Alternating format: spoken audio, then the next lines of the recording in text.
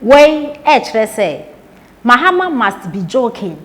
if he is waiting for the Northness. Mama wakwaba wo frame adwoa search me mesrel na wa subscribe to my channel near notification bell no so for more news.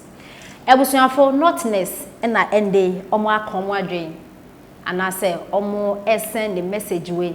ema oman penida da John Dramani Mahama na NDC for omo sem omo kin na ne say oman penida da John Dramani Mahama na NDC for ni bi adwen say 2024 abato na ye babeto no say omo benya Northness youth ni bi na say bio omo aba begimia ene na joke bi na omo joke nti omo yomo niama ye na omo ahwe hu say Vice President Dr. Bawmia say sie no oye flag bearer and I say to Franca de ama NPP ama yoku no na NDC for person omo use Northness no they against on Vice President but enya dia omo bema na abasonde anase ochina ebusuafo den ena kofa ensem we na baye na so Northness bi atoto amane NDC for na oman panin dada John Dramani Mahama Ora Mustafa ye Deputy General Secretary di ma NDC amayoko no de ensem bi atodwa endra wo OKFM ade ache bi adwumede so na ebusuafo NDC for unimade a ehomo omo bi omo anu na omo kasa but omo wi a esan say Ghana hanom yet aba every 8 years bia na every 8 years bia particular party omo wo so no omo ho efon Ghana fo nti no ye nenim say NPP for omo 8 years a omo eka say omo person omo break 8 no but it's obvious say Ghana for ye ho afon NPP for ho afon yen ti ye pese ye sisem ne santi no NDC for take that opportunity ena sebio nsem hu a omo ewo so omo ye aye nam so Ghana for ye dey over 1 million votes etu omo no esan say Ghana for NPP for omo ho afon yen ye pese ye saki omo nti omo take his advantage no omo didi nsem hu ena omo psyche ya adwe no se ne be ya 2024 keneke ya NDC for wetumi awini aba no na debia me ka say Ghana for youth ni hu ade e haye sa adwen ne say e correct say enye correct wu wanya daje aba betena ha na wo ka asem papa wo kanya asem no obi ema nkwase comment wo comment section we di watem udi matem en fame ho nya asem me ka kire wo ye Ghana ni youth am wadwen enda ho na NDC fu no say bio there are some ways if you want me ba NPP form ntimi nka enye say be etan NDC o ene ye do NPP o man Ghana ye womi asomdwe womi no even though senye me nkonye kura asomdwe ye enjoy ne sisia no e far better ekuro bi sunya sa asomdwe no ye beto aba na ntokwa asi na hemfa ne ye bekọ enam obi ni selfish interest enam obi position no pe enam obi sika oba be wiade akohwe emba atonti mu pese ntokwa asi NDC fu bi omo anu bi antokwa nko a Mustafa se hwanya Mustafa ye NDC for omo Deputy General Secretary kire say 2024 abato na ebeto no NDC ni bia obekọ police station no fada de hye wo ho fanko yo tris no wapampa so such a useless comment, such a stupid comment. And now we are ha and on man penita da John Dramani Mahama ka say when it comes to violence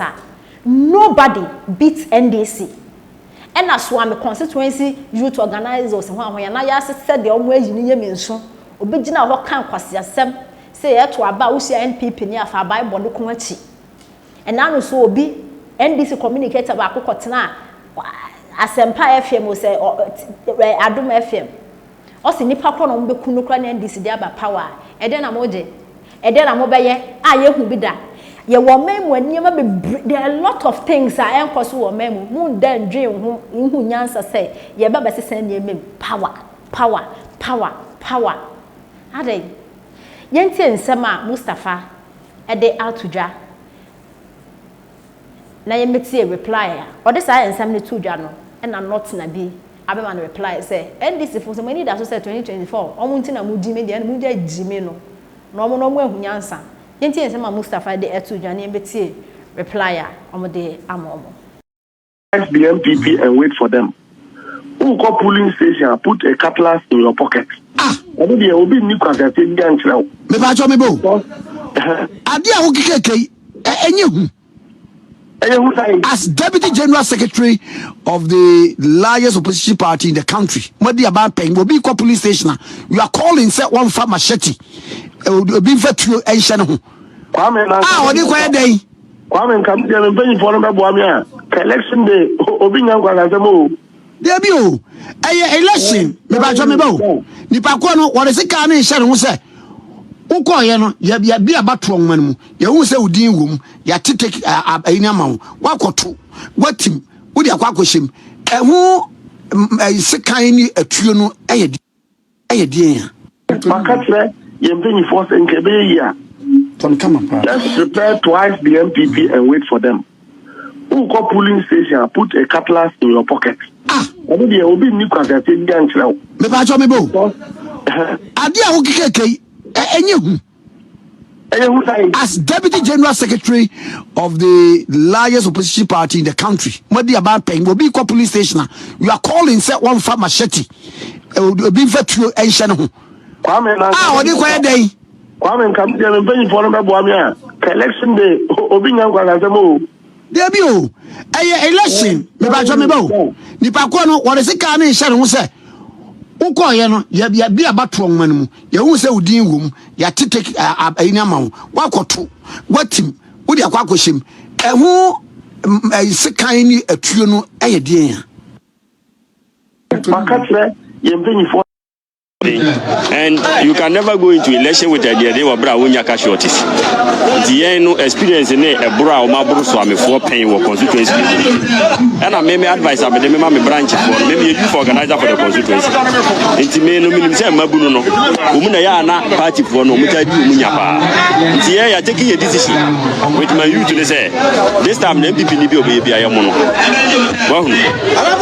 Yeah muno kire say the only way a party ni betimi dia survive constituency and politics, the only thing a political party will have power no say am fam ran to who say this a free bible mu ansana ya de akwanya na ma so beso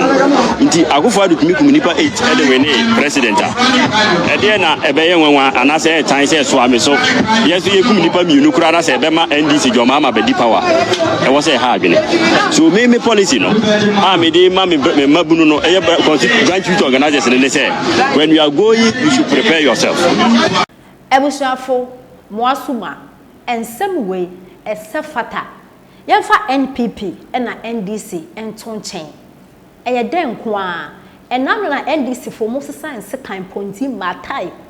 ekogina cantonment o man penda da John Dramani Mahama ne office say NPP for so ma be demonstration wo ho amuhia omo na motwitwa mo ho wo ye wa ha na NDC for mo organize mo say mo koye Julobi demonstration e wo Flagstaff House na ya ka security zone be na sin Flagstaff House mo ko gina ho e ye dede ye toba ye journalist bokafu bia wo ko kan wase menka en say disrespect ni power but on man ye wo na somdwe na hia politicians mo baso a what at all do you do for us? Dear na moye maye temahabo nsuna ship efa so ba nsunu na moboto ho eni nsunu na moboto ho na ship fa so ba de ke ya asu wo kura nke nipa kura ntimi nya ma wo habo ho nsuna ship fa so ba no menim se habo na mo si na mo gisesika no enne ma na inflation etumi kosoro politicians hu se bio habo no Togofo e habo free nti haramo ye habo free obi be chemu anase obi bekumu utumi toka $2,000 wo ba be di ha $5,000 ayankwasi asem amafo da so ewo fem unya asem na ko police station na police ni be ohwo ani ma ohwo wote bia na wo miska wasem na ye foolish case peni bia dwin ni pe bia no wo mamu ha Omanga na ye wahanom obi anam ni lemu the most important thing is say obehwo ho so yie ni nyame ahwo so enye sa na wo ka say meti omamu mi ankasa me man na me ye me nyama basabasa wo nkwase ewu car ti me ko speed over speed me can question any holding be as echo over here. And I'm from Accra to Kumasi. His Excellency and Adan Kokufado and NPP are buying a year to do our Kakraya corner. I have 4 echo. One walk Kumasi, one walk back cry bano. She accident is so speed. No more the car now same room. And so we are the same people I be complaining. But I said driver be not dream ya juma until the police in your dream ya juma hako jina kwine so na police in ya bribe. Otu na want to innocent people. We live in a country where leadership enye juma and the followers so ya dream enye juma into can acquire because of NDC and NPP nti omo say just say wo ya abu e kura na wo kasa because omo person omo party eba power country na ye wo no why to say abu akokwa a wa wo amame na ewu emofra no mu nyi hwefo Ghana ha ye nam no wo sika na Ghana ya wo de if you don't have money who leave your money with say obi o chese wo nya nipa wo ye bodan fu kra sabi omo adwen enya adwuma kakra be mo fa nche omo asabi omo adwen mu e kan omo e na ye na ya adwen mi nkan ye no ye na ye pe because ye ni hwefo e wo man mu na somdwe kakra na ye wona mo yeto ababa mo na se munya power mo kodi musika mo no mo ile na mo mpanafo na mo mba mo kodi musika no sa abato na ye ba beto na ya nya agimefo ye san so asala ya koto ababa mo no mo de dade be otu hihye mo what aba wo kan na mo ma reference say e na no woto aba his excellency eku nipa se 6 or 5 e no de be ye president nti NDC fo ye nto aba na mo obi nwu wo krom ha na woto aba now your youth will be with them we won't pass you what aba we wan di den we go and cast your vote kona kwatine fie what kan ya wo be hu why do you have to go and cause your friend say confusion awo bebe woto aba no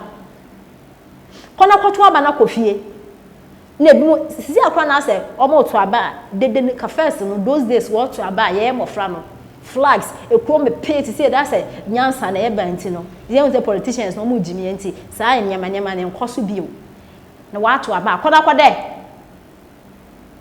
ukona wo nkwase ewu yenti reply a notness ni bi e de ema wo when e kire say Mahama must be joking if he is waiting for the notness to do that their dirty work for them again. Never. And when so e kire say we know NDC is doing all these things because of Bawmia, but we will never do anything stupid to hurt him. Into reply way and a notness no a day ama NDC for omo emma such comments towards 2024 elections no almost say trap ne the more set but enchi bela ne da because Vice President Dr. Bawmia eyo mo de there's no way on betimi enyinam and to reply way and a notness no e de ama NDC fo a omu anya omo eho eto anyampia eko